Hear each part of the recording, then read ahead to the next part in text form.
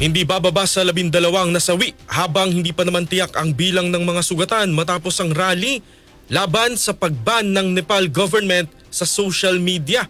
Libo-libong tao ang nagtipon-tipon sa Kapitolyo ng Nepal para magpahayag ng kanilang sama ng loob sa desisyong iban ang ilang social media kabilang ng Facebook, X at YouTube.